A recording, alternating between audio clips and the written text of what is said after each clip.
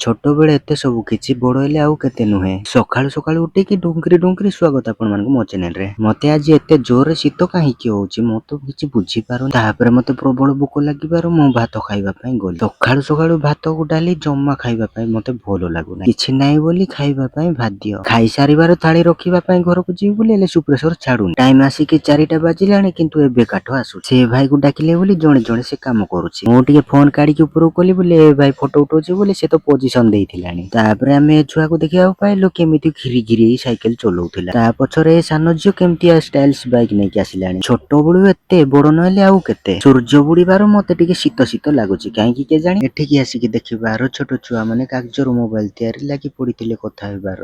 सेते बेळु ही वेट करछि तुण आउ सिजुनी मते बहुत सारा भोक लागि। भातटा टिके खाइ सारला परे एबे टिके शांति लागुछि मस्त थिले। देखाबो इंटरेस्टिंग ब्लॉग सहित चैनल को जल्दी जल्दी सब्सक्राइब करो। आज पई रहिली टाटा।